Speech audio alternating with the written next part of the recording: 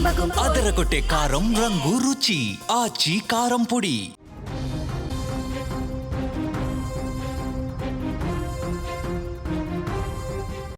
రాష్ట్ర వ్యాప్తంగా తీవ్ర ఉత్కంఠ రేపిన జూబ్లీహిల్స్ శాసనసభ నియోజకవర్గ ఉప ఎన్నిక ఫలితం కాంగ్రెస్ పార్టీ ఒక సరికొత్త జోష్ తీసుకొచ్చింది. నవీన్ యాదవ్ ఘన విజయంతో కాంగ్రెస్ అభ్యర్థి నవీన్ యాదవ్ అద్భుతమైనటువంటి విజయంతో కాంగ్రెస్ పార్టీ కార్యకర్తలు పండగ చేసుకుంటా ఉన్నారు. కాంగ్రెస్ జెండాను రెపరెపలాడించారు. గతంలో 2 సార్లు ఎమ్మెల్యేగా పోటీ చేసి ఓటమి పాలైన నవీన్ యాదవ్కు ఈసారి విజయం మామూలు విజయం కాదు. ఒక తిరుగులేని మెజార్టీతో 25,000 ఓట్ల మెజార్టీతో నవీన్ యాదవ్ని ఆశీర్వదించారు జూబ్లీహిల్స్ నియోజకవర్గ ప్రజలు. తెలంగాణ రాష్ట్రం వచ్చిన తర్వాత 2014 అసెంబ్లీ ఎన్నికల్లో మజ్లిస్ తరఫున పోటీ చేసి ఓడిపోయారు. 41,656 ఓట్లు సాధించి 2వ స్థానంతో సరిపెట్టుకున్నారు. 2018లో అసెంబ్లీ ఎన్నికల్లో స్వతంత్ర అభ్యర్థిగా పోటీ చేశారు. కానీ కేవలం 18,817 ఓట్లతో సరిపెట్టుకున్నారు.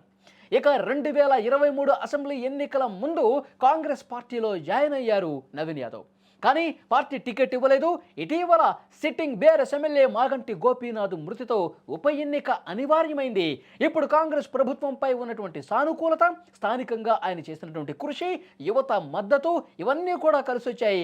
3వ ప్రయత్నంలో విజయం సాధించి శాసనసభలో అడుగు పెట్టబోతున్నారు నవీన్ యాదవ్.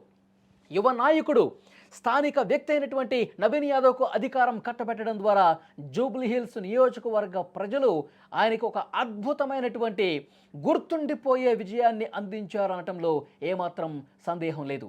ఈ ఉప ఎన్నిక ఫలితం జూబ్లీహిల్స్లో సుదీర్ఘకాలంగా పాతుకుపోయిన మాగంటి కుటుంబానికి ఒక గట్టి షాక్ తగిలిందని చెప్పాలి. మాగంటి గోపీనాథ్ ఈ స్థానం నుంచి హ్యాట్రిక్ విజయాలు సాధించారు. ఆయన మరణం తర్వాత ఈ ఉప ఎన్నిక బీఆర్ఎస్ తరఫున పోటీ చేసినటువంటి వారి భార్య సునీత ఓటమి చవిచూశారు. వరుసగా 3 విజయాల తర్వాత మాగంటి ఫ్యామిలీకి ఈ నియోజకవర్గంలో తొలి ఓటమి కావటం గమనించాల్సినటువంటి విషయం. ముఖ్యమంత్రి రేవంత్ రెడ్డి నాయకత్వంలో కాంగ్రెస్ పార్టీ సాధించిన విజయాల పరంపరలో జూబ్లీహిల్స్ గెలుపు ఒక మైలురాయిగా నిలవబోతోంది. ఈ ఉప ఎన్నిక ఫలితం కేవలం జూబ్లీహిల్స్కే పరిమితం కాలేదు. రాష్ట్ర వ్యాప్తంగా కాంగ్రెస్ పట్ల ప్రజల్లో పెరుగుతున్నటువంటి విశ్వాసానికి నిదర్శనమని రాజకీయ విశ్లేషకులు కూడా చెప్తా ఉన్నారు. నవీన్ యాదవ్ గెలుపు ఉత్సాహంతో ఆయన మాట్లాడుతున్నటువంటి దృశ్యాలు కూడా మీరు స్క్రీన్ మీద చూడొచ్చు. ఇది ప్రజల విజయం, పార్టీ మీద పెట్టుకున్నటువంటి నమ్మకం, ఈ ప్రభుత్వం మీద పెట్టుకున్నటువంటి విశ్వాసానికి నిదర్శనమని నవీన్ యాదవ్ చెప్తా ఉన్నారు.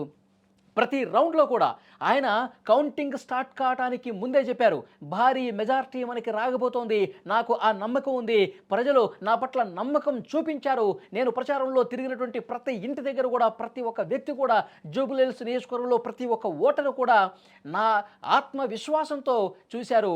ఎట్టి పరిస్థితుల్లో విజయం నీదే అని చెప్పి ఆశీస్సులు అందించారు. వాళ్ళు చెప్పింది చెప్పినట్టుగా కాంగ్రెస్ ప్రభుత్వం మీద నమ్మకాన్ని వమ్ము చేయకుండా ఈ విజయం అందించారని చెప్పి నవీన్ యాదవ్ మాట్లాడినటువంటి పరిస్థితి ఉంది. మొత్తానికి తొలి విజయం నవీన్ యాదవ్లో ఒక కొత్త జోష్ని తీసుకొచ్చిందంటలో ఏమాత్రం డౌట్ లేదు. నవీన్ యాదవ్ ఎన్నో సంవత్సరాలుగా వేచి చూసినటువంటి ఉదయం ఇది. 2009 నుంచి మొదలుపెట్టుకుని 2014, 2018, అంతకుముందు 2015 కార్పొరేటర్గా పోటీ చేసిన ఓడిపోయారు. తర్వాత 2023 సంవత్సరంలో ఆయన పోటీ చేయకుండా అజారుద్దీన్ అక్కడ పోటీ చేశారు. కానీ అజారుద్దీన్ కూడా గెలవనటువంటి పరిస్థితి ఉంది. ఇప్పుడు ఈ ఉప ఎన్నిక సందర్భంగా గతంలో ఇన్నిసార్లు పోటీ చేసినటువంటి బీసీ అభ్యర్థి ఈసారి తప్పకుండా గెలుస్తాడు, కాంగ్రెస్ పార్టీ అభ్యర్థిగా నిలబెడితే గెలుస్తాడని చెప్పి రేవంత్ రెడ్డి గారు ఏదైతే నమ్మి ఆయన హైకమాండ్ దగ్గర ఒప్పించి నవీన్ యాదవ్కు టికెట్ ఇప్పించారు. ప్రతిరోజు కూడా పోలింగ్ జరగటానికి 10-15 రోజుల పాటు తీవ్ర కసరత్తు చేశారు. ప్రతి గల్లీలో మంత్రులందరూ తిరిగారు. ప్రభుత్వంలో కీలక పొజిషన్లో ఉన్నటువంటి ప్రతి ఒక్క మంత్రి, కాంగ్రెస్ పార్టీ సీనియర్ నాయకుడు, పిసిసి చీఫ్, గ్రౌండ్లో ఉన్నటువంటి కార్యకర్తలు అందరూ కూడా నవీన్ యాదవ్ గెలుపు కోసం కృషి చేశారు. కాంగ్రెస్ పార్టీ పట్ల ప్రజలు నమ్మకంతో ఉన్నారు అనటానికి ఈ విజయం ఒక గొప్ప నిదర్శనమని చెప్తున్నారు. మొత్తానికి ఈ గెలుపుతో నవీన్ యాదవ్ మీసం తిప్పినటువంటి పరిస్థితుంది.